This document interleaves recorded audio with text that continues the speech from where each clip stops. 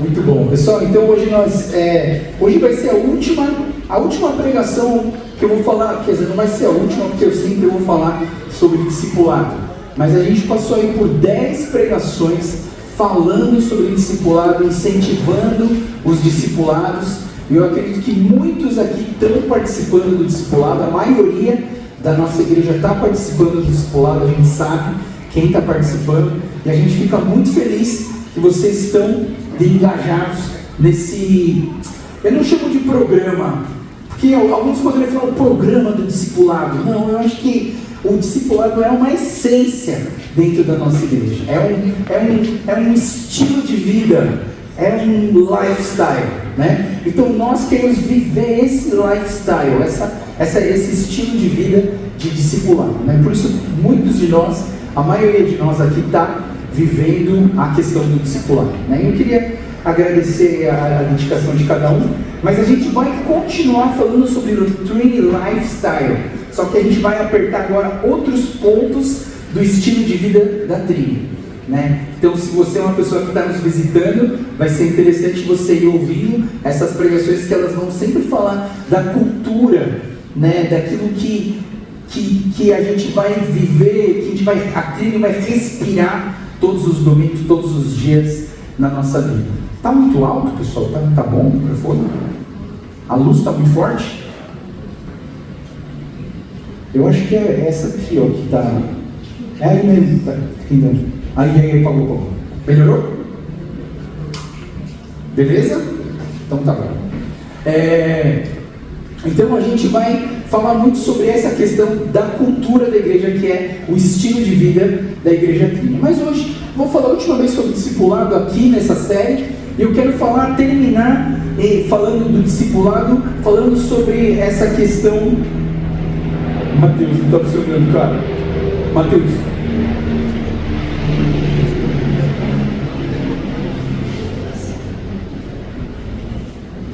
Da necessidade de multiplicar discípulos, né? Então, existe um ciclo do discipulado, né? Você se converte, você passa a frequentar um discipulado, diria assim, essas 3 não necessariamente na mesma ordem, mas eu entendo assim, você se converte, você entra no discipulado, você entende que você quer viver essa vida cristã, você é batizado nas águas, e aí você continua no discipulado para você crescer, amadurecer, se fortalecer durante um tempo, não sei quanto tempo, cada um vai demorar um tempo diferente. Alguns vão ficar 1 ano, alguns vão ficar 2 anos, alguns vão ficar 10 anos em discipulado. Mas é um tempo de amadurecimento da vida cristã, onde cada um precisa passar por esse discipulado, né? Os discípulos de Jesus levaram quanto tempo? 3 anos. Né? A gente, com Jesus sendo discipulador, imagina quanto que a gente não vai precisar de discipulado para a gente chegar numa maturidade de respirar e transpirar Jesus nas nossas vidas. Mas eu acredito que o próximo passo, depois que você amadurecer, é você ser um discipulador, é você começar a entender que a sua tarefa aqui na terra é discipular outras pessoas. E aí a gente vai fechar um ciclo para que a gente comece o ciclo tudo de novo. E a gente vai começar a discipular pessoas, essas pessoas vão se converter, essas pessoas vão ser batizadas nas águas, e aí a gente vai caminhando nesse ciclo. Mas essa parte do ciclo é muito importante, que é a necessidade de multiplicar discípulos. Eu falei para vocês que lá no livro de Atos, é onde mais se fala a palavra discípulos, no livro de Atos, porque todas as pessoas que entregavam a sua vida para Jesus passavam por um estilo de vida e eles eram chamados de quê? De discípulos. Então, olhando para Atos capítulo 2, logo no comecinho, ali Atos 2, quando o Espírito Santo desce sobre as pessoas recebem dons, as pessoas têm uma experiência sobrenatural com o Senhor. Olha só o que acontece, Pedro começa a pregar, Pedro continua a pregar, advertindo com insistência a seus ouvintes: salvem-se dessa geração corrompida. Os que acreditaram nas palavras de Pedro foram batizados, e naquele dia houve um acréscimo de cerca de 3.000 pessoas. Imagina que legal você fazer uma pregação e nessa pregação 3.000 pessoas se converterem, né? Esse lugar vai ficar pequeno, né? Esse lugar vai ficar muito pequeno, né? A gente vai precisar de um lugar maior. Mas eu creio que essa é o começo da igreja foi assim. As pessoas queriam crescer, as pessoas queriam se multiplicar. Porque quando o Espírito Santo entra na sua vida, você não aguenta ficar com ele só para você. Você quer que esse Espírito Santo possa ser experimentado pelas pessoas que estão ao seu redor. É que nem o Krispy Kreme. Lembra do Krispy Kreme? Quando você experimenta o Krispy Kreme, a primeira coisa que você quer é que as outras pessoas também experimentem o Krispy Kreme, né? Então essa é a experiência que faz você querer mais. Mas olha só, no versículo 46 e 47, a palavra de Deus continua dizendo: e adoravam juntos no templo diariamente, reuniam-se nos lares para comer e partiam pão com grande alegria e generosidade, sempre louvando a Deus e desfrutando da simpatia de todo o povo. E a cada dia o Senhor lhes acrescentava aqueles que iam sendo salvos. Você percebe o movimento de multiplicação? O movimento de crescimento contínuo. Sabe, pessoal, eu acho que a gente começa assim, às vezes a gente se converte, mas a gente começa a ficar um crente meio velho, sabe? E aí a gente começa a perder aquela paixão de trazer pessoas para Cristo.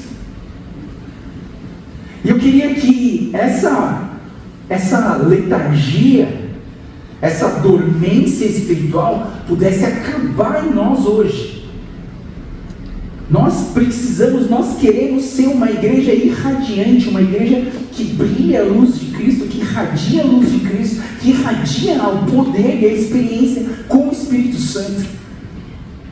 E não tem como as pessoas não virem para cá se a gente está experimentando o Espírito Santo e transbordando do Espírito Santo em nossas vidas.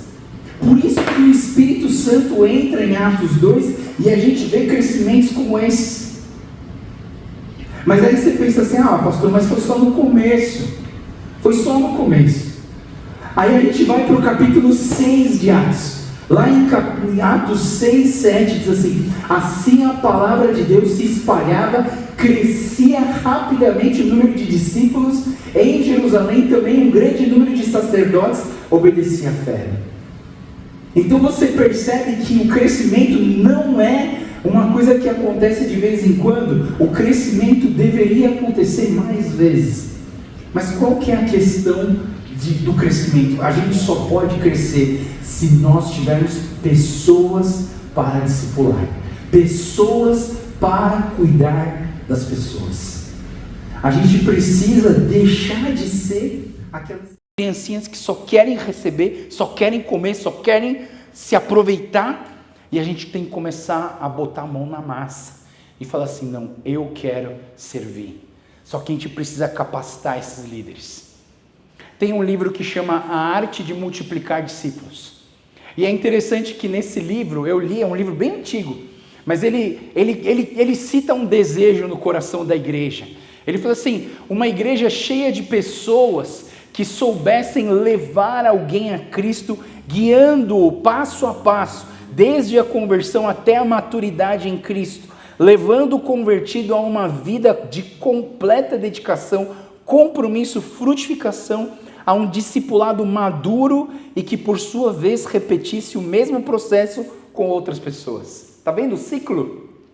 É um ciclo. Mas a gente precisa de mais pessoas capacitadas para ajudar uma pessoa a entender Jesus, a experimentar Jesus, a receber essa salvação de Jesus, mas não pode parar na salvação. Se a tua fé, ela se limita a ser salvo, o seu objetivo aqui no mundo é como que eu vou morrer. Eu sei que é meio esquisito isso, assim. Se a sua espiritualidade cristã se limita a ser salvo, você já está salvo. Então você só precisa esperar o dia e como que você vai morrer. Você não precisa de mais nada. Mas a gente aqui na Trini, a gente entende o seguinte, que existe um caminho muito grande da salvação até a glorificação, e esse período é um período muito importante. É o período onde a gente é discipulado, onde a gente discipula. Só que nesse período também, depois que você converte, depois que você tem a salvação em Cristo Jesus, sabe o que acontece? Você é salvo, amém, glória a Deus, você entregou sua vida para Jesus, você está salvo, glória a Deus, em qualquer momento que você morrer, você vai para o céu está garantido. Só que você se converteu com um monte de ferida do passado. Você tem problema com seus pais, você teve problema de saúde, você teve problemas, feridas emocionais que você recebeu durante a sua vida, antes da salvação ou até depois da salvação, e você tem várias feridas que não foram tratadas, que não foram consertadas. E aí o que vai acontecer? Se você não tratar essas feridas, o que vai acontecer? Vai acontecer que um líder ferido fere. Um líder ferido fere.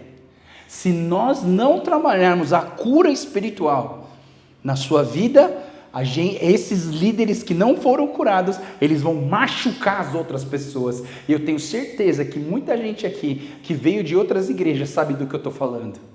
Líderes que deveriam cuidar, mas que pelo contrário, eles atacam, eles te humilham, eles te cobram. E aí você tem líderes que ferem. Aqui a gente não quer líderes que ferem.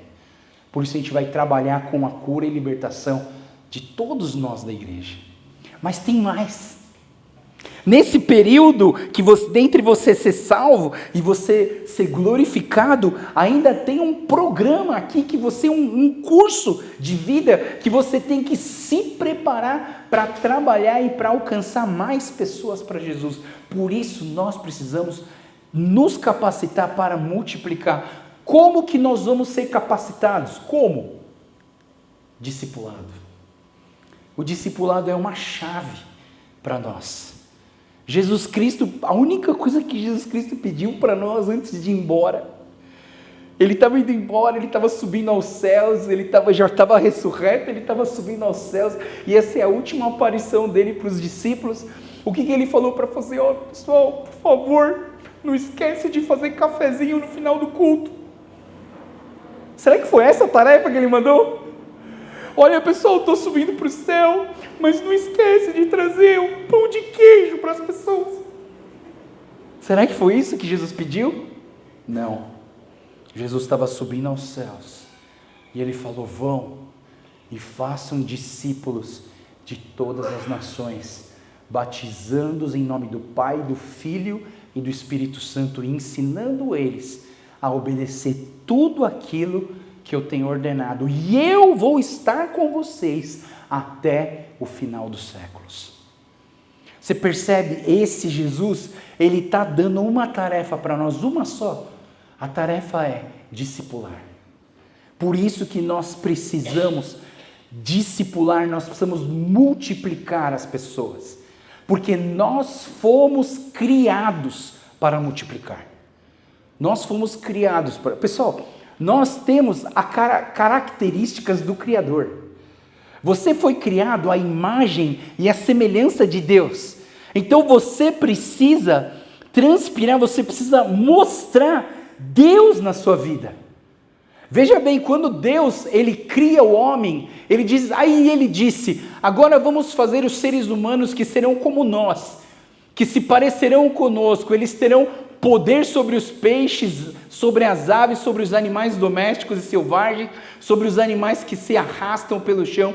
Assim Deus criou os seres humanos e Ele os criou parecidos com Deus. Presta atenção, e Ele os criou parecidos com Deus, e Ele os criou homem e mulher e os abençoou, dizendo: tenham muitos e muitos filhos, espalhem-se por toda a terra e a dominem, tenham poder sobre os peixes do mar, sobre as aves que voam no ar, sobre os animais que se arrastam pelo chão. Deus, Ele te criou para ser parecido com Ele. E se o nosso Deus é um Deus multiplicador, nós também deveríamos ser pessoas que multiplicam. Né? Uma coisa que eu gostaria de multiplicar era dinheiro, mas é difícil.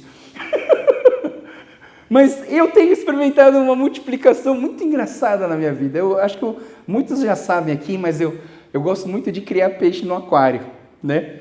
E aí você vai lá em casa, né? O dia que você quiser ir, domingo de manhã que a gente não faz muita coisa, se quiser visitar meus aquários, pode combinar, a gente vai lá, você vai conhecer meus aquários. Eu tenho vários filhotes. Vários, né? E eu fico com o Candy lá cuidando dos aquários. Cada aquário que quando a gente coloca os peixes, a gente olha lá para dentro assim, o casal botou um monte de ovo. Eu devo ter uns 5 aquários só de filhote. Um monte de filhote. Né? E a minha esposa fica tão feliz. Sabe qual a maior alegria da minha esposa? É quando eu dou peixe para alguém. Falou, quer um peixe dela? Ai, graças a Deus. Graças a Deus. Mas eu acho engraçado, eu não sei porque, eu gosto de fazer isso. Eu tenho feito isso com as plantas, né? Quem gosta de suculentas aqui? Aquelas plantinhas gordinhas, né? Tudo que é gordinho eu gosto, né? Até eu mesmo. Mas eu fico reproduzindo as suculentas, eu já tenho um monte de suculentas, né? Fico aprendendo a reproduzir as orquídeas, mas a ideia é que nós fomos criados para multiplicar, porque são características de Deus. Hoje mesmo no carro eu estava vindo para cá, e a Débora foi na escola de profetas que teve da Bethel, né? Lá no IA Church, e ela estava falando de uma oração muito legal que fizeram pelas pessoas. Falou assim, eles estão orando para que o povo de Deus seja criativo para trazer soluções criativas para o Brasil, para as nossas crises econômicas, emocionais, e ter criatividade para encontrar soluções. E sabe o que é legal? Criatividade é uma característica de quem? Do nosso Deus. Porque Ele falou que Ele nos criou parecidos com Ele. Então você é uma pessoa criativa. Se você não é criativo, você precisa falar, Deus, me dá mais criatividade, porque eu sou muito chato. Eu só sei fazer conta 1 mais 1 igual a 2. Deus quer despertar criatividade em vocês. Eu vou orar hoje por vocês, eu vou orar para que Deus desperte criatividade na vida de vocês, porque nós fomos criados para ser parecidos com Deus. Só que sempre tem um problema, na verdade, pessoal? Sempre tem um problema. E qual foi o problema? O problema não foi no capítulo 1, não foi no capítulo 2 de Gênesis, o problema apareceu no capítulo 3, como que? Com o pecado. No capítulo 3, o homem e a mulher, eles decidem desobedecer aquilo que Deus tinha falado para eles obedecerem. E aí eu vejo que depois desse pecado, o que o pecado faz nas nossas... Às vezes você pensa que pecado é só fazer uma mentirinha, né? É só alguns erros que você comete na sua vida. Mas deixa eu falar uma coisa muito importante para vocês. O pecado ele distorceu a imagem e semelhança de Deus na humanidade. Tudo aquilo que Deus criou para você ser parecido com Deus, o pecado ele começou a distorcer toda a imagem e semelhança de Deus que Ele colocou na humanidade. Mas, claro, de vez em quando aparece alguém com uma voz boa, alguém com criatividade para inventar um computador, aparece alguém... Por quê? Porque são características do ser humano. Mas, na verdade, o pecado, ele desfigurou a imagem e semelhança de Deus em nós. O pecado ele vai deteriorando. Sabe que quando você nasce aqui no mundo, você já nasce inimigo de Deus. Você já nasce separado de Deus, porque todos nós já nascemos com pecado. Eu lembro muito bem quando a gente tinha, as nossas filhas eram bebês em casa, aí começava a chorar, mas não era fome, a gente vai por eliminatória, né? Não é fome, não é frio, não é dor de ouvido, né? Não é febre, não é fralda suja, o que é? É manha! Aí a Débora virava e falava para mim assim, natureza pecaminosa, né? O próprio bebê já peca, o bebê já nasce com pecado, nós já nascemos com pecado, o pecado habita em nós desde que a gente nasceu por causa do Adão. Eu estava falando com os homens ontem, né? Falei assim, ó, eu tenho um amigo meu que é cristão, major do exército, e ele falou assim, Joel, o dia que eu chegar lá no céu, eu vou pegar esse Adão, eu vou bater tanto nele. Aí eu falei, camarada, se você encontrar com ele no céu e bater nele, você vai descer pro inferno. Melhor não. Melhor não. Deixa ele lá, né? Então eu penso que nós precisamos o quê? Restaurar. Deus quer restaurar a imagem dele em nós. E olha só que interessante, quando que começou o processo de restauração da imagem de Deus em nós? Quando Jesus chegou na terra? Não. No próprio Gênesis capítulo 3, quando o homem e a mulher decidem desobedecer a Deus, Deus já começa um projeto para restaurar a imagem de Deus. Mas durante todo o Velho Testamento, Deus tinha um plano, mas o plano não estava funcionando de uma forma, vou falar a palavra que vai trazer a chave para a resposta, de uma forma graciosa. A gente não tinha experimentado a graça. Essa semana, assim, eu tô amando minhas filhas, assim, ó, igreja, tô esperando as suas dúvidas, tá? Quando eu falo aqui, pessoal, eu quero ouvir suas dúvidas, um monte de gente me escreve, aí depois de uma semana já ninguém mais escreve as dúvidas, né? Pode mandar as dúvidas pelo WhatsApp para mim, que eu gosto de tirar dúvida da Bíblia. Mas as minhas filhas estão todas as noites, elas chegam com a Bibliazinha delas assim, falam, pai, tem uma dúvida. Eu, yes, né? Para tudo, acende a luz, sei lá, fala com ela qual que é a sua dúvida. E uma das dúvidas era, talvez seja a sua dúvida também. A dúvida é, por que o Deus do Velho Testamento era tão irado? No Velho Testamento Deus matava as pessoas, Deus mandava matar até as crianças, os animais, Deus mandava matar tudo. Né? Deus, o cara encostou na arca, já era fulminado e morria.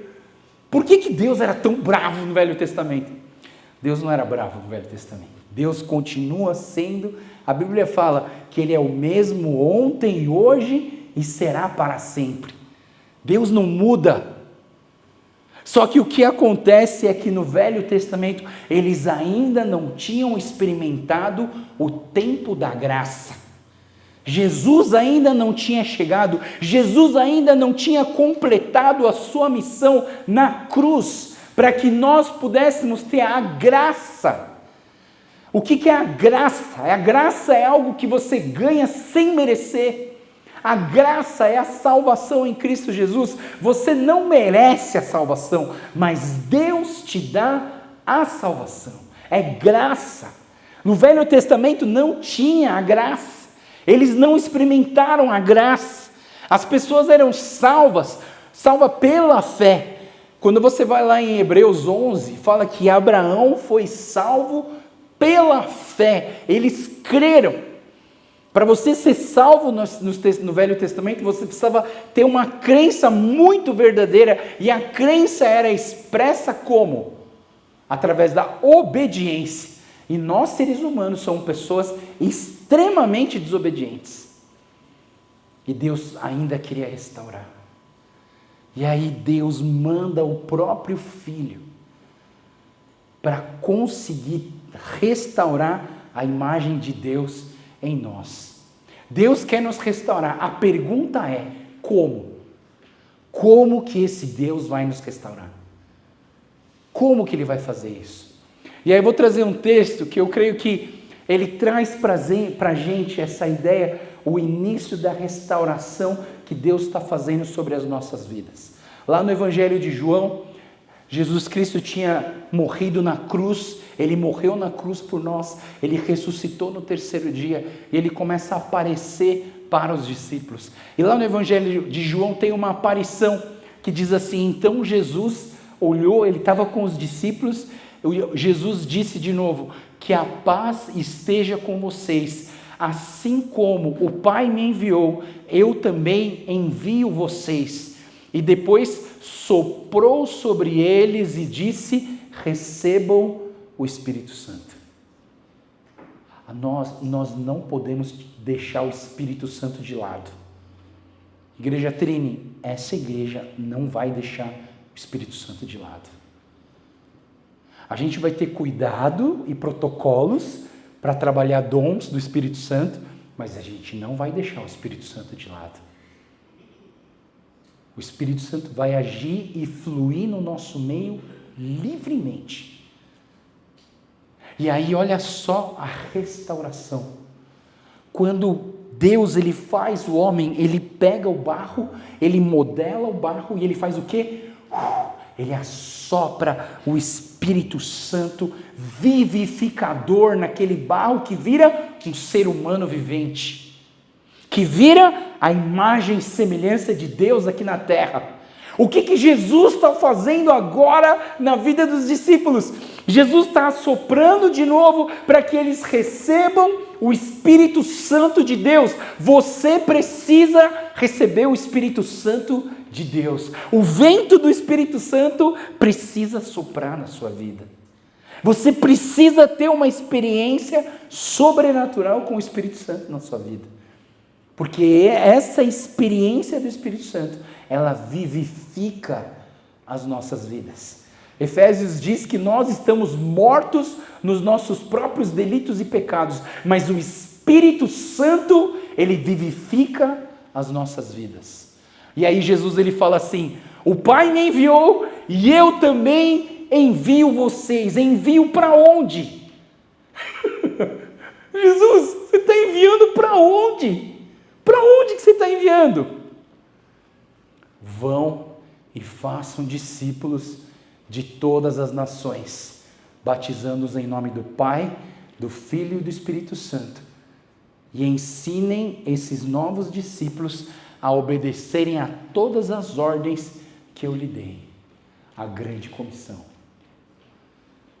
Jesus, você está percebendo que Deus, ele está restaurando aquela imagem e semelhança de Deus que foi deteriorada, que foi destruída pelo pecado, e Jesus agora está restaurando, Jesus está soprando o Espírito Santo de novo em nós, nós estamos vivificados, nós estamos experimentando a restauração da imagem e semelhança de Deus em nós. Então Deus, que é multiplicador, Ele quer que nós também sejamos multiplicadores. A imagem, o que é a imagem e semelhança de Deus? O que é a imagem e semelhança de Deus? Eu mostrei para vocês no começo. O livro de Gênesis diz: assim Deus criou os seres humanos, e Ele os criou parecidos com Deus, e Ele os criou homem e mulher, e os abençoou, dizendo: tenham muitos, muitos filhos, espalhem por toda a terra e a dominem. Vocês percebem que Deus está falando para a gente ter filhos? É claro que aqui o único grávido é a Jean e a Carla, né? Mas assim, eu queria ter mais filhos, né? Mas minha esposa falou que já está bom. Mas às vezes eu olho, pessoal, cada pessoa que eu discipulo, parece que é meu filho, parece que é minha filha.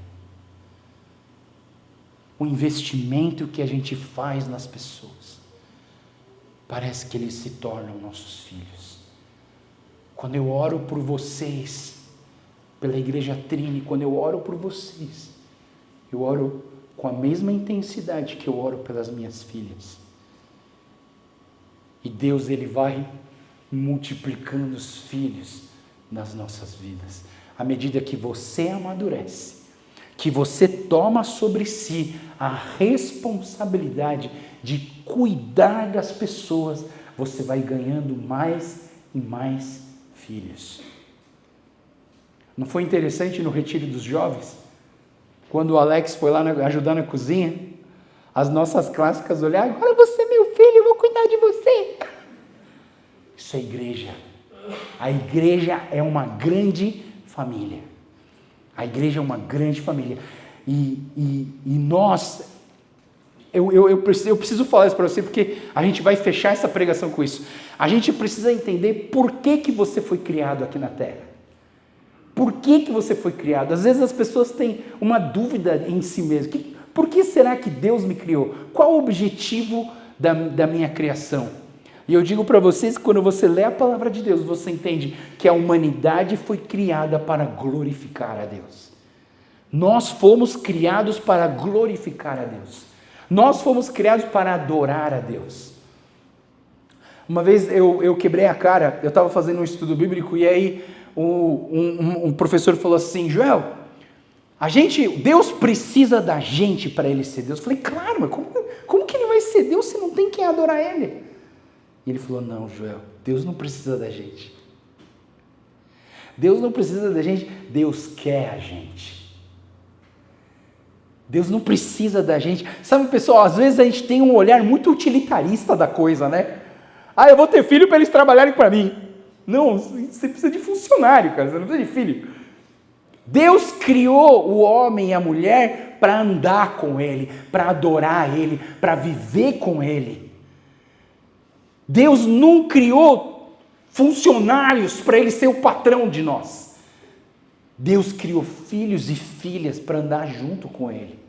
E isso é glorificar o nome de Deus. Então, se a humanidade foi criada para glorificar a Deus, eu vejo em Colossenses que diz assim, revistam-se da nova natureza, que sejam renovados à medida que aprendem a conhecer o seu Criador e se tornam semelhantes a Ele. Nessa nova vida não importa se você é judeu ou gentil, se é circuncidado ou incircuncidado, se é inculto ou incivilizado, se é escravo ou livre, Cristo é tudo o que importa e Ele vive em todos. Visto que Deus os escolheu para ser seu povo, santo, amado, revistam-se de compaixão, bondade, humildade, mansidão e paciência. Se você conseguir viver essa compaixão, bondade, humildade, mansidão e paciência, o que você vai manifestar aqui na terra? A glória de Deus. Porque toda vez que você faz uma coisa boa, é Deus que fez através de você.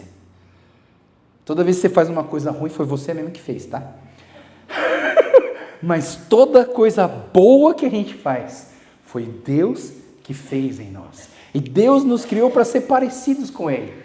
Então, quando a gente fala de restauração da humanidade, que precisa glorificar Deus, eu tenho uma espécie de um caminho, só básico, né? Bem macro, mas a gente entende o quê? A gente lê o Velho Testamento e a gente entende a criação do homem, a gente entende que o homem pecou, que Deus tinha um plano de restauração. E aí o plano veio, Cristo viveu aqui na terra, nasceu aqui na terra, viveu como nós, experimentou tudo o que nós experimentamos, foi para a cruz, morreu por nós, mas Ele ressuscitou ao terceiro dia.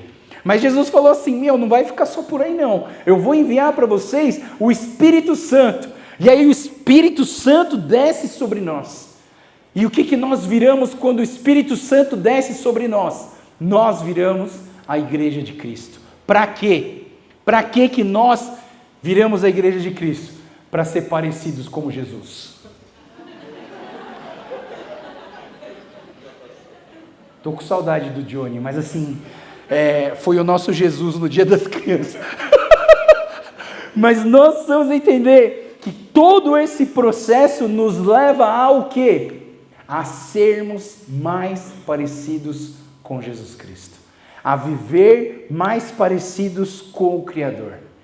Então eu penso que nós estamos a entender isso, que Deus quer que nós multipliquemos, porque é da natureza dele, é da natureza de Deus que nós multipliquemos.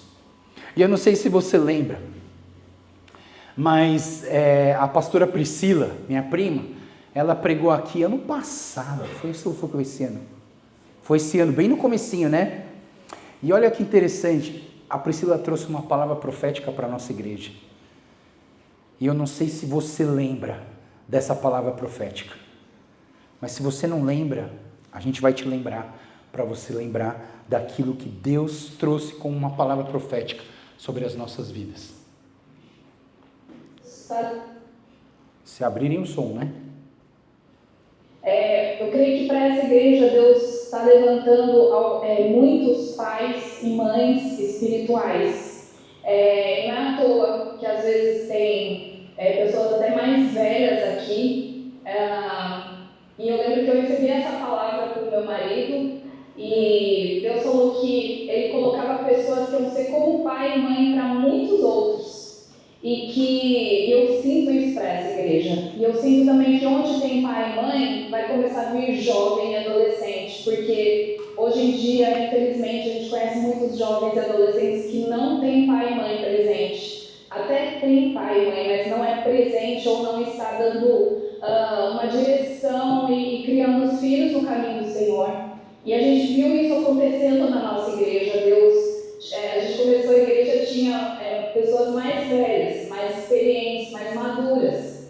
E por causa disso, muitos jovens começaram a chegar, porque eram pessoas que estavam sedentas de Deus, mas também precisavam de pessoas que iam ser como pai e mãe para eles. E eu lembro que às vezes tinha domingo que a gente fazia almoço na igreja, porque a nossa igreja ficava na rua da Unicamp. Então tinham muitos estudantes que eram de outros estados, tinha gente até de outros países que iam estudar na Unicamp, e eles estavam longe da família. Então a gente fazia de domingo almoço para eles lá, uma vez por mês mais ou menos, e era um tempo que eles tinham com o pessoal mais velho, que era como família. Eles aconselhavam, falavam o que eles tinham de fazer, o que não deveria fazer. E eu sinto muito essa palavra para essa igreja. Quem aqui, não vou pedir para levantar a mão, que isso é constrangedor, até porque eu ia ter que levantar. Quem tem mais que 50? Essa palavra eu creio que é para você. E não é à toa que você está aqui. E eu queria que você encarasse essa igreja não como um lugar onde você vai receber. Você vai receber a palavra, que você vai receber direção, que você vai receber família. Mas eu sei, principalmente para quem tem 50 para mais, eu creio que Deus quer te usar nessa igreja para que você seja uma referência, para que você seja exemplo para as pessoas que chegarem aqui, para que você seja pai e mãe de pessoas, de jovens e de adolescentes que estão precisando, às vezes, de um abraço de alguém que vai ser como um pai, como uma mãe. Amém? Você recebe essa palavra? Eu sei que Deus vai te usar. Deus está precisando de pessoas que estão andando nos caminhos dele para trazer jovens, trazer adolescentes para andar nesse caminho e mostrar a direção e a palavra do Senhor. Amém? Amém. Então, vocês percebem, essa foi uma palavra profética trazida para nós como igreja. Nós não é à toa que nós estamos aqui. Deus quer levantar um exército de pais e mães espirituais que vão formar as próximas gerações de cristãos e que vão abençoar e que vão cuidar e que vão direcionar esses jovens e esses adolescentes para que eles possam viver o sobrenatural e a missão de Deus que Deus tem para eles aqui na terra. E essa igreja vai ser usada para isso. Então nós precisamos entender essa multiplicação, nós precisamos entender esse discipulado. E nós precisamos entender hoje os 4 passos para multiplicar. Sei que até agora foi só introdução, pessoal. Né? Então, assim, aguenta que hoje vai até... Não, brincadeira, 20 minutos eu acabo. Tá? Acho que menos. Mas, eu quero passar para vocês 4 passos para multiplicar. São pontos importantes para você aplicar no seu discipulado, lá no seu grupo de discipulado. Você que ainda não tem grupo de discipulado, paciência, porque a gente está preparando mais discipuladores para que esses discipuladores abram mais grupos. A gente quer abrir mais grupos, mas por enquanto é isso que a gente consegue fazer por enquanto. Então, se você está num grupo de discipulado, sinta-se privilegiado, privilegiada, porque você conseguiu entrar nesses grupos. Tem gente que não conseguiu entrar, tá? Mas a ideia que eu quero passar hoje é 4 passos bem simples para a gente entender a multiplicação de Deus. Quando o Isaac ele foi abençoar Jacó, ele fez uma oração. E eu queria mostrar essa oração para vocês. Diz assim: que Deus Todo-Poderoso o abençoe e lhe dê muitos filhos, e que eles se multipliquem e venham a ser muitas nações. Multipliquem. Eu creio que essa palavra multipliquem é algo que Deus tem colocado na humanidade e nós precisamos multiplicar. Então, para multiplicar, eu vou dar 4 passos para a gente multiplicar. O primeiro passo que a gente precisa ter para a gente dar, o primeiro passo que a gente precisa dar para a gente ir em direção à multiplicação é a gente precisa de dar o passo do relacionamento. Nós precisamos ser mais relacionais. Sabe, pessoal, eu já ouvi de igrejas onde o pastor não podia nem abraçar o pastor direito. Eu conheço igrejas onde a pessoa nunca apertou a mão do pastor, né? Eu lembro de um culto que eu fui, e aliás, o pastor era meu primo. Mas aí, um cara chegou para mim e falou assim: Joel, você me apresenta o seu primo? Eu falei, claro que, mas você não é da igreja dele? Eu falei, sou. Há quanto tempo você é da igreja dele? 4 anos. Mas você nunca falou com ele? Não. Aí eu falei, vem cá. Aí eu levei ele lá, falei, isso aqui é o tal, isso aqui é meu primo. Aí ele cumprimentou. Quando esse meu irmão segurou na mão do meu primo, ele pegou com as 2 mãos assim, ó. Aí ele falou assim, pastor, é um prazer apertar sua mão. É a primeira vez em 4 anos que eu seguro na tua mão. Sabe, pessoal, eu não estou criticando o meu primo, porque o cara tem uma igreja de 5.000 pessoas. Você entende? Não tem como você cumprimentar 5.000 pessoas. Para você cumprimentar 5.000 pessoas, você precisa de 1h30. Não é verdade? Ainda tem aqueles que querem te abraçar, querem falar alguma coisa, orar por você, né? Aí, ai meu Deus, aí essa fila demora, né? Eu assim, com 150 eu já tenho trabalho. Eu lembro que lá na Imosp eu pegava, fazia uma fila para eles me cumprimentarem, eu ficava lá na porta, cumprimentava um por um, né? Às vezes, e tem uns que travam, né? Você já até sabe quem trava, né? Quem trava até a gente puxava meio para trás, assim. Teve uma vez que um cara chegou para mim, apertou minha mão, poxa, pastor, que prazer estar aqui com você, o culto foi maravilhoso, eu trouxe um presente para você. Sério? Aí ele queria dar um presente na hora, aí ele falou assim, é isso aqui, pastor, é para você, para abençoar o seu casamento e tal, eu sei que você já está velhinho, isso chama Viagra, e eu quero te dar, pastor. Meu Deus do céu, no meio da fila, cara. E o cara começou a mostrar os comprimidos e falou assim, assim que usa, mas meu pastor, toda manhã, você toma, meu Deus do céu, cara, passa, por favor. A esposa dele ficou com tanta vergonha, catou ele e foi embora. Mas sabe, pessoal, eu prefiro ser um pastor relacional. Eu prefiro andar com você. Sabe, eu às vezes eu sinto falta aqui na igreja de você me chamar para almoçar. E aí não é porque eu quero que você pague, não. Eu pago o almoço. Só me chama que a gente vai almoçar junto. Sabe, eu sinto falta de almoçar com vocês, de passar tempo com vocês. Ontem foi maravilhoso, a gente juntou os homens. Aí eu consegui conversar com quase todos lá. E sentar com eles e ouvir a história, e ouvir como que está. Sabe, o primeiro passo, pessoal, a porta de entrada para o discipulado é o relacionamento. Sabe, esse negócio que a gente faz de se encontrar, né, online, às 8 horas, 9 horas, sábado de manhã, isso aí na verdade é uma desculpa para a gente se relacionar, para a gente conviver junto, para a gente abrir nosso coração, para a gente poder, sabe, abrir o coração um do outro, para a gente poder realmente trazer as verdades bíblicas uns para os outros, para a gente crescer. Se você se abstém de entrar nessas reuniões, nesses encontros relacionais, você não vai conseguir participar do discipulado. Porque o discipulado começa pelo relacionamento. A gente precisa que você separe um tempo, 1 hora, 1h30 da sua vida, para você se conectar nesse grupo, para você conversar com esse grupo, para você se relacionar com esse grupo. É muito importante. Sabe, pessoal, o relacionamento ele é muito importante, mas sabe, ao mesmo tempo ele não é muito fácil. Eu sei que algumas pessoas são mais extrovertidas, é mais fácil de se relacionar, mas tem muitas pessoas que têm dificuldade de se relacionar, por timidez, porque é muito fechadinho, porque tem vergonha, e não tem problema. E tem gente que tem a bateria social baixa. Você já viu gente que tem bateria social baixa?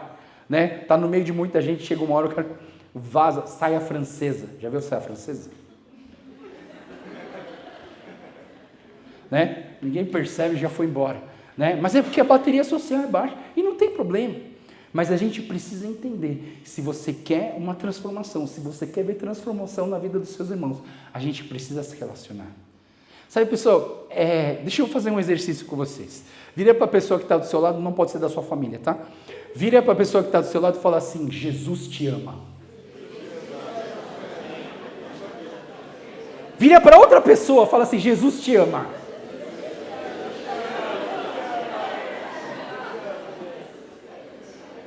Pessoal, falar Jesus te ama não é muito difícil, né? Vira para a pessoa que está do seu lado e fala assim, eu te amo.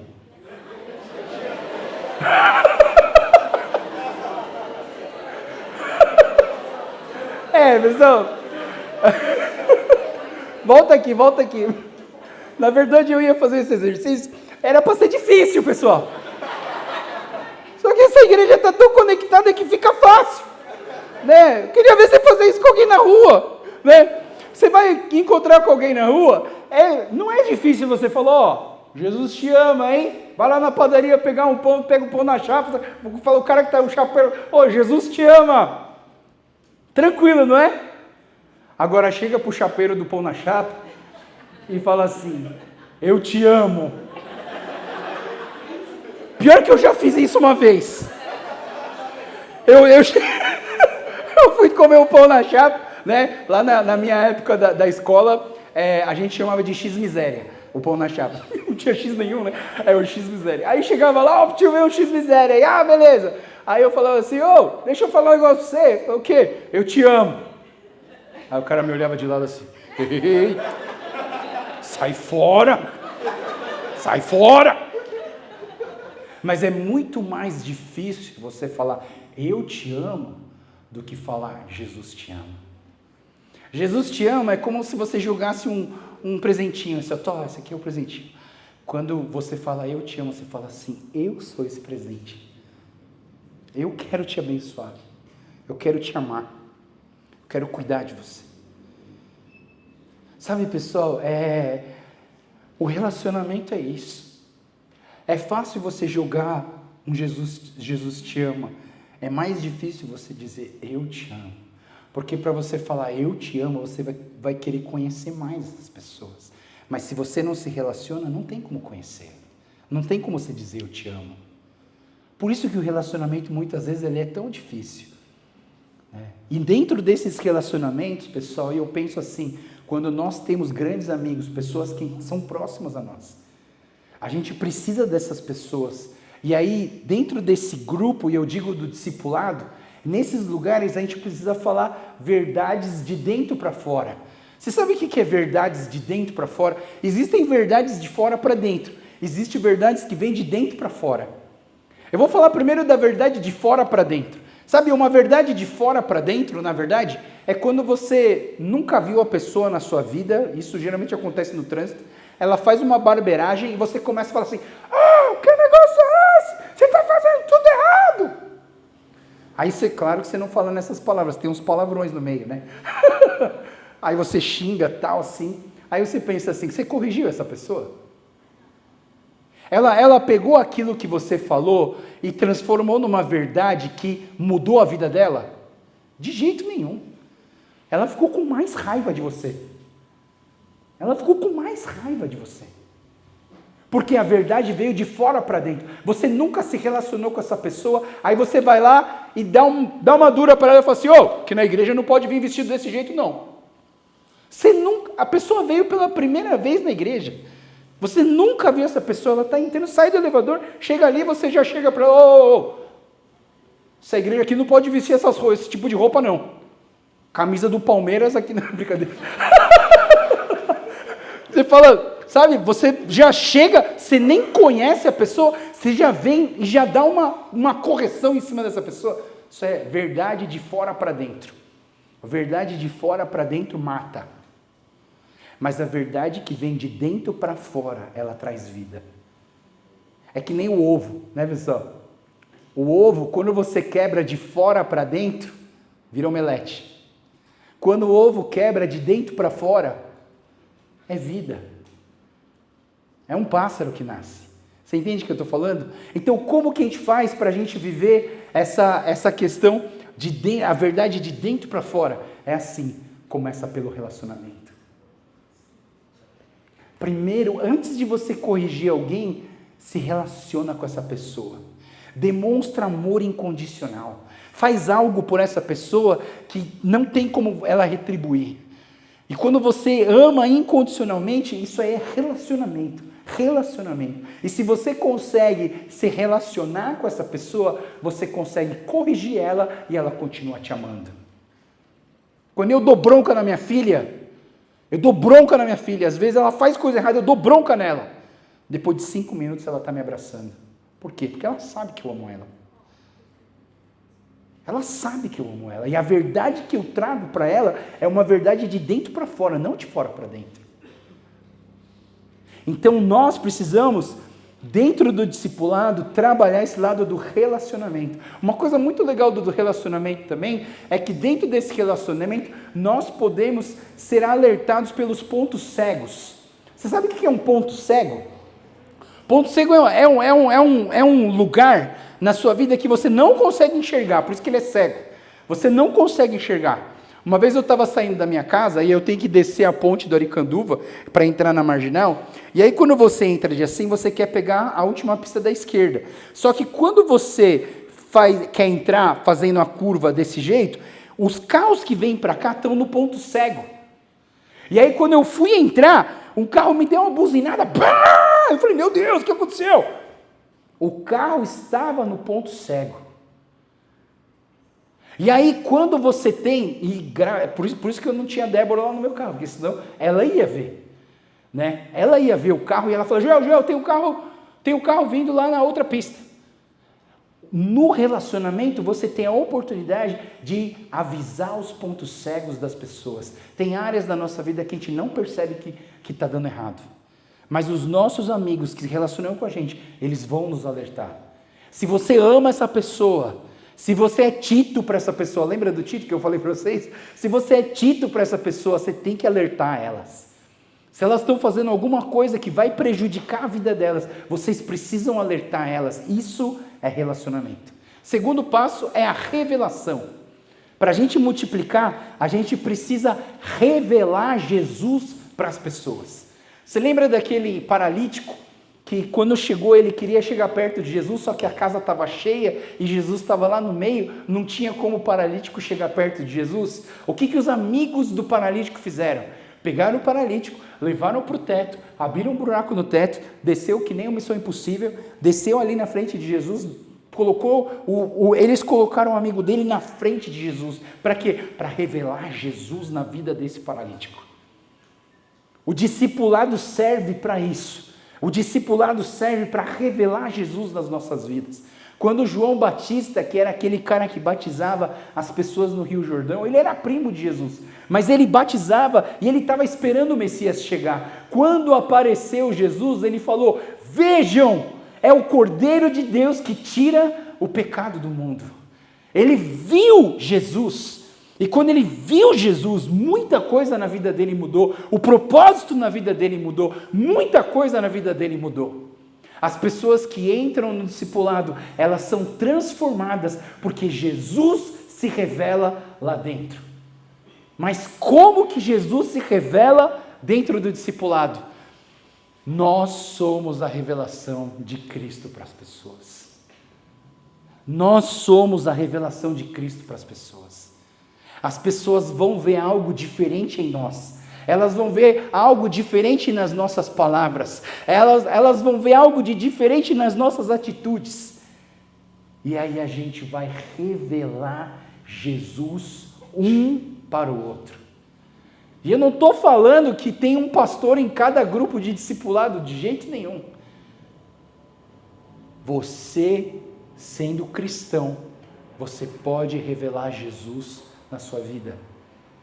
E esses grupos, e aí pessoal, sério, eu tenho experimentado cada coisa maravilhosa, cada grupo de discipulado que eu entro, cada grupo tem uma experiência de revelação de Cristo na vida um do outro. E aí o mais legal, você começa a ver essas pessoas serem transformadas. Cara, isso é o mais legal. É o mais legal.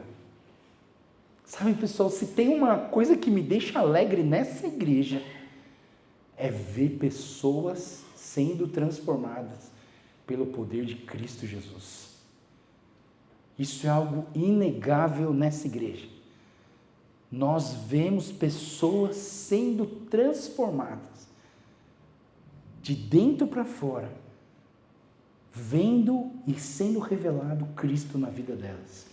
Então, pessoal, dentro do grupo de discipulado de vocês, presta atenção que essa é uma tarefa para os grupos de discipulado de vocês. Nós precisamos revelar graça e perdão para os nossos irmãos.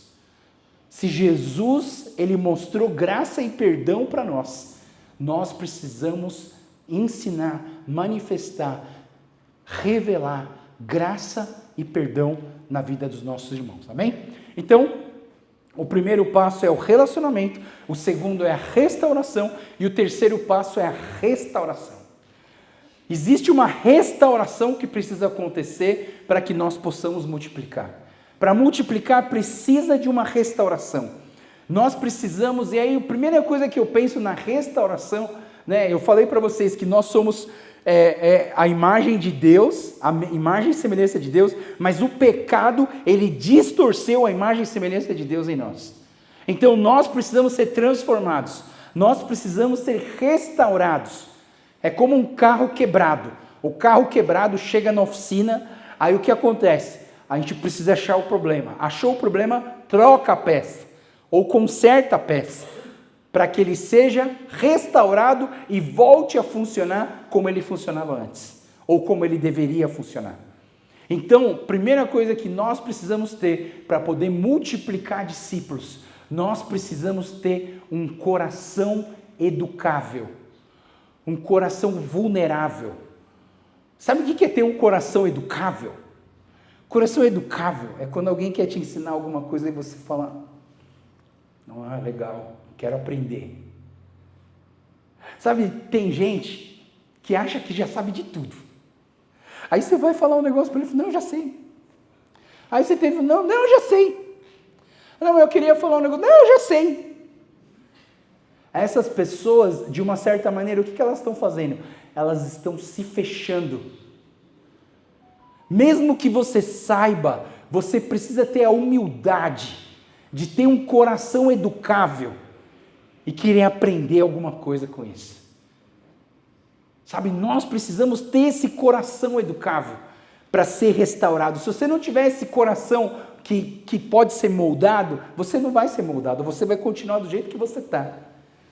E para a gente ter esse coração educável, a gente precisa ser vulnerável.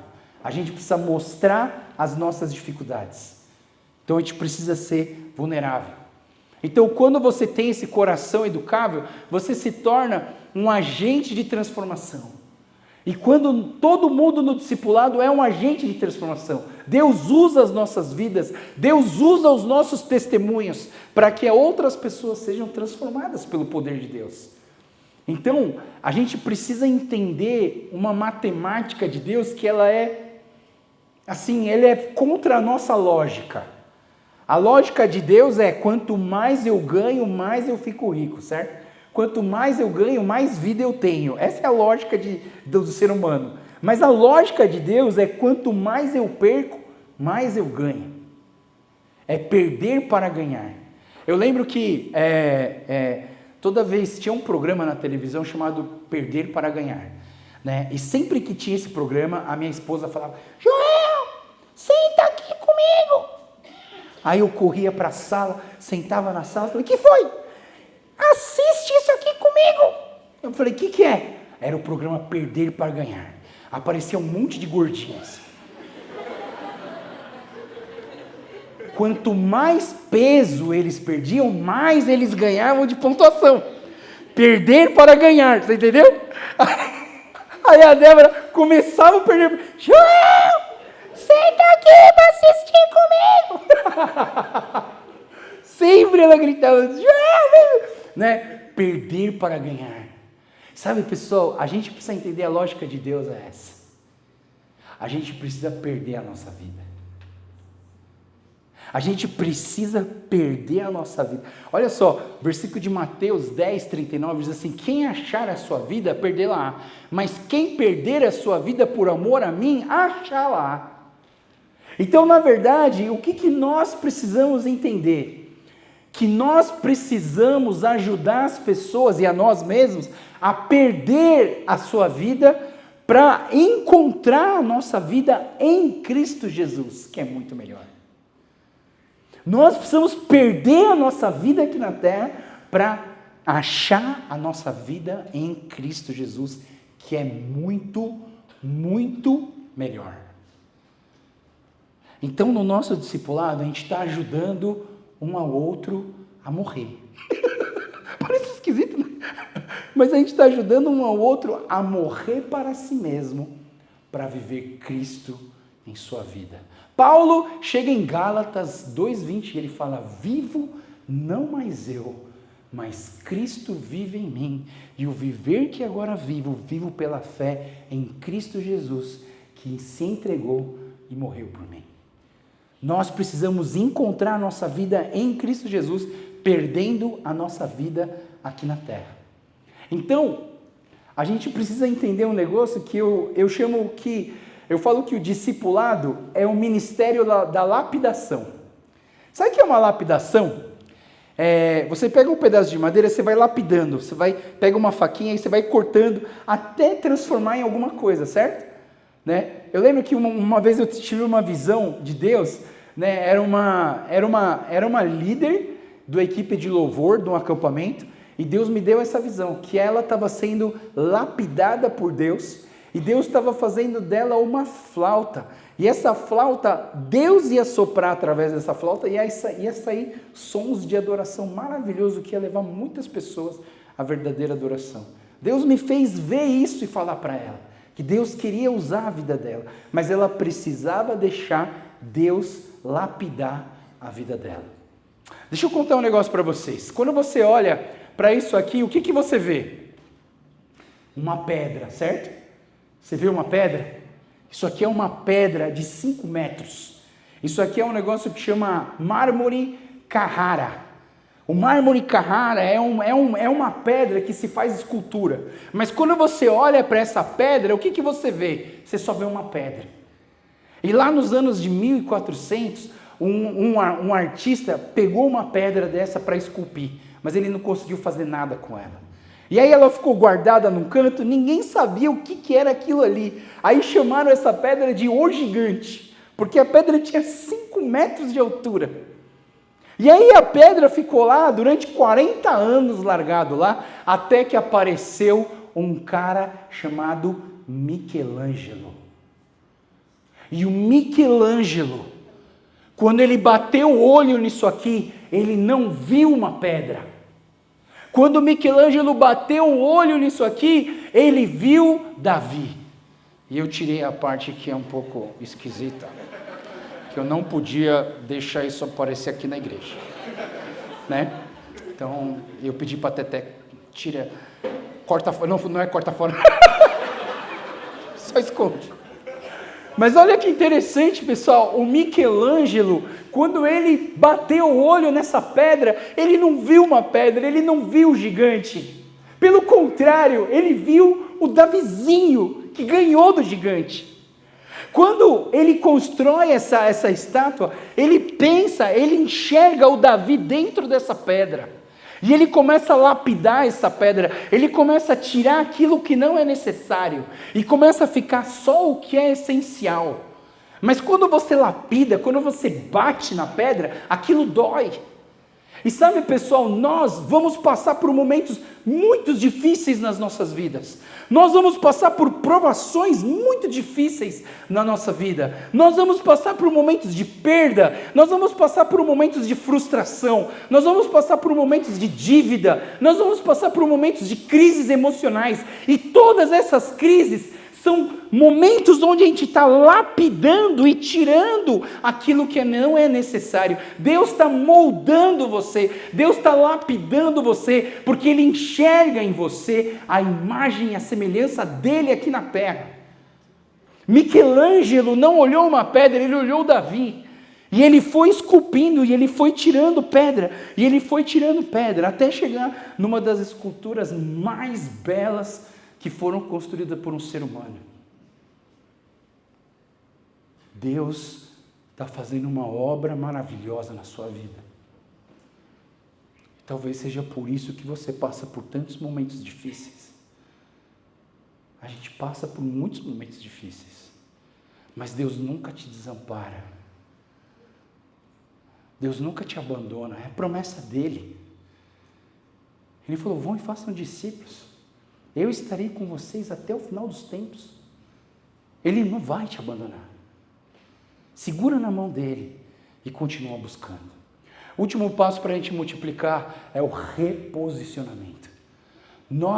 Quando você entrega a sua vida para Jesus, quando você entra num discipulado, nós temos que nos reposicionar. Nós estávamos na posição errada e agora nós estamos entrando numa posição certa. Sabe, pessoal, eu acho interessante essa comparação. Existe uma diferença entre a multidão e o discípulo. Sabe que a multidão é aquelas pessoas que vêm para cá, comem e vão embora, não aparecem nunca mais. E a gente sabe que existem essas pessoas e não tem problema. Mas o nosso desejo é que essas pessoas, essas multidões, se tornem discípulos. Mas as multidões são quem? São aquelas pessoas que vêm aqui, come e vai embora, e não aparece mais, não aparece todo domingo, mas tem aquelas pessoas que a gente chama de discípulos, e os discípulos, quando eles pisam aqui, eles não só consomem, os discípulos, eles absorvem as verdades da palavra de Deus, eles não só absorvem, como eles crescem com o que eles estão recebendo, e eles replicam aquilo que eles estão recebendo. E aí você tem a diferença entre a multidão e os discípulos. E você pode ficar feliz porque você é um discípulo. Você não está aqui só para consumir. Você não está aqui só para, que legal, vou ouvir um negócio legal, vou ver um louvor bonito, vou ouvir uma palavra engraçada. E aí eu vou embora e beleza, não vou vir mais para cá, eu vou para outro lugar. Não tem problema. Mas aqueles que vêm aqui, absorvem, crescem e replicam, esses são discípulos. Por isso que nós precisamos de um posicionamento e um pertencimento. Nós precisamos nos posicionar como membros, como parte dessa igreja. Quando você se coloca como membro e parte dessa igreja, você abraça as mesmas causas, você abraça a mesma visão, você abraça o mesmo propósito. Nós, como Igreja Trini, nós temos um propósito. E você que vem todos os domingos aqui, você vem porque você abraçou esse propósito. E nós somos uma família e nós estamos buscando isso junto. Nós precisamos de posicionamento, reposicionar as nossas vidas para ser membro, para ser parte de um propósito que Deus tem para nós. E aí eu vejo que para que nós possamos viver esse reino de Deus, você precisa da postura do reino. E eu amo quando o Pedrinho canta a música Postura do Reino. Sabe, essa música ela é muito legal, porque ela traz uma matemática diferente da matemática humana, né? Se você se quiser ouvir no Spotify, depois a gente manda, existe uma música do Morada chamada Postura do Reino. E essa música ela fala exatamente essa questão de que nós não vivemos na mesma racionalidade do mundo. Nós precisamos viver uma postura do reino. Postura do reino é uma postura de humildade, uma postura de adoração, é uma postura de sujeição uns aos outros, é uma postura de um coração vulnerável e educável para receber de Deus nas nossas vidas. Então nós precisamos de um reposicionamento. Você precisa de um reposicionamento para viver a sua religião. O que é religião? Você já parou para pensar o que significa a palavra religião? A palavra religião é a união de duas palavras. Re, que é de novo, ligião vai trabalhar a ideia de ligação. É a religação. Todo mundo que tem uma religião é porque está tentando se religar com um Deus. Por isso que existem várias religiões. De alguma maneira você faz alguma coisa mística que te reconecta ao Deus que você acredita. Nós também temos uma religião, mas a nossa religião não é uma religião da pregação, simplesmente do pregador. Que a gente vai para a igreja que, eu gosto desse pregador, então eu vou lá para aquela igreja. Não. Não, eu gosto daquele que pediu louvor, então eu vou para aquela igreja. Não. Não, minha religião é aquele prédio, porque eu vou lá naquele prédio, no K-Square, que é lindo e maravilhoso, então aquela é minha... Não. A religião que nós vivemos é a religião da imitação. Nós vivemos a religião da imitação. Nós estamos constantemente imitando a Cristo em nossas vidas.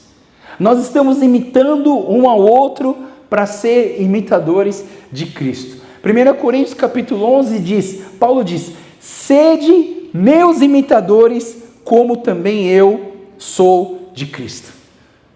Então eu estou tentando imitar Jesus, e aí eu estou incentivando cada um de vocês para também tentar imitar Jesus. Mas às vezes você não vai conseguir ver Jesus, mas você consegue me ver. Dentro do discipulado você consegue me ver. E quando você me vê, você talvez imite as coisas que parecem Jesus em mim, para que você viva Jesus na sua vida. Isso é restauração. Os 4 passos para multiplicar é o relacionamento. Ai meu Deus, voltou. É o relacionamento, a revelação, a restauração e o reposicionamento. E a última pergunta que eu faço, é, por que multiplicar? Por quê? Eu falei tanto de multiplicar, mas você pode perguntar assim, mas pastor, por que eu preciso multiplicar? Primeiro, você precisa multiplicar por gratidão, por tudo que Jesus fez por você naquela cruz. No mínimo, você precisa multiplicar discípulos, trazer mais pessoas para Jesus. Por que eu preciso multiplicar? Porque é a propagação do Evangelho de Cristo para as pessoas. Quanto mais pessoas conhecerem a Jesus, mais o reino de Deus vai ser propagado. E aí eu vou voltar lá para o começo da minha pregação. Por que multiplicar? Porque é desejo de Deus. Deus criou a humanidade para encher a terra da humanidade. Não da humanidade, da o quê? Da glória de Deus. Lá em Isaías capítulo 6, versículo 3, diz assim, e clamavam uns aos outros, dizendo, santo, santo, santo é o Senhor dos exércitos, toda a terra está cheia da sua glória. Isso aqui é o desejo de Deus. Toda a terra está cheia da sua glória. Se eu e você fomos criados para a glória de Deus, o desejo de Deus é que essa terra esteja cheia da glória de Deus. E esse é o estilo de vida da nossa igreja. E eu oro para que você possa querer isso, você possa buscar isso na sua vida. Buscar uma vida mais forte no relacionamento, na revelação, na restauração e no reposicionamento da sua vida. Que Deus abençoe a sua vida e que você continue nessa jornada de discipulado, porque se você pertencer a essa igreja, você vai estar fazendo discipulado. Amém? Vamos ficar em pé? Quero orar pela sua vida. Senhor Deus, eu peço a tua bênção sobre cada um aqui da Igreja Trini.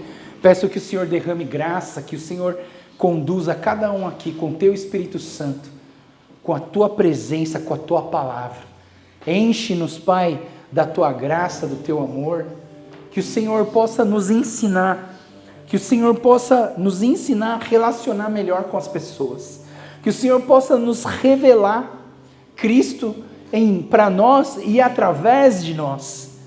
Deus, que nós possamos ser restaurados. Aquela imagem e semelhança que o Senhor criou na humanidade precisa ser restaurada em cada um de nós. Eu oro, Pai, para que nós possamos ter criatividade, para que nós possamos ser multiplicadores de bênção, para que nós possamos experimentar a prosperidade do Senhor, para que nós possamos experimentar o shalom de Deus, a paz, a prosperidade, a vida feliz, a vida boa que nós temos em Cristo Jesus, porque o Senhor morreu na cruz para nos dar vida e vida em abundância. Restaura-nos, Senhor. E eu oro, Deus, por um reposicionamento nas nossas vidas, que nós possamos, que essa igreja seja uma igreja de pessoas que têm a postura do reino, que essa igreja seja uma igreja que se posiciona na linha de frente da batalha, que abraça a causa e o propósito do Senhor aqui na terra.